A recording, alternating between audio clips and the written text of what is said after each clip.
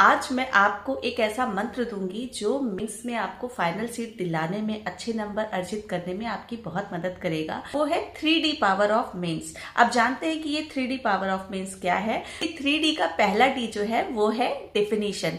Definition यानी परिभाषा।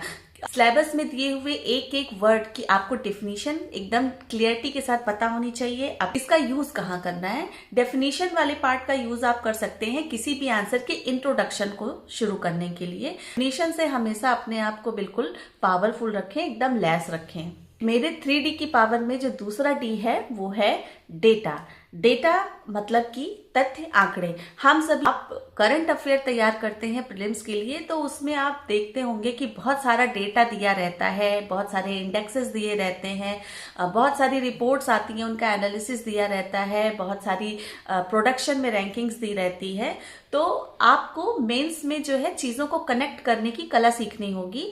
Data से अपने आप को लैस रखें। इसके लिए आपके पास एक बहुत ही छोटी सी कॉपी होनी चाहिए और उसके 4 सेक्शन बनाइए। बल्कि अगर आप यूपीपीसीएस का एग्जाम दे रहे हैं तो उसके 6 सेक्शन बनाइए। या फिर ये कॉपियां आपको एग्जाम हॉल में जब आप जाते हैं तो एंट्री करने से ठीक पहले आपको जो रिवीजन करना होता है उसमें भी आपकी मदद करेंगी। 3D पावर ऑफ मेंस में मेरा जो तीसरा डी है वो है डायमेंशन। डायमेंशन का मतलब आयाम। कि डायमेंशन वाला जो हिस्सा आता है वो आपका आंसर की मेन बॉडी लिखते समय आता है।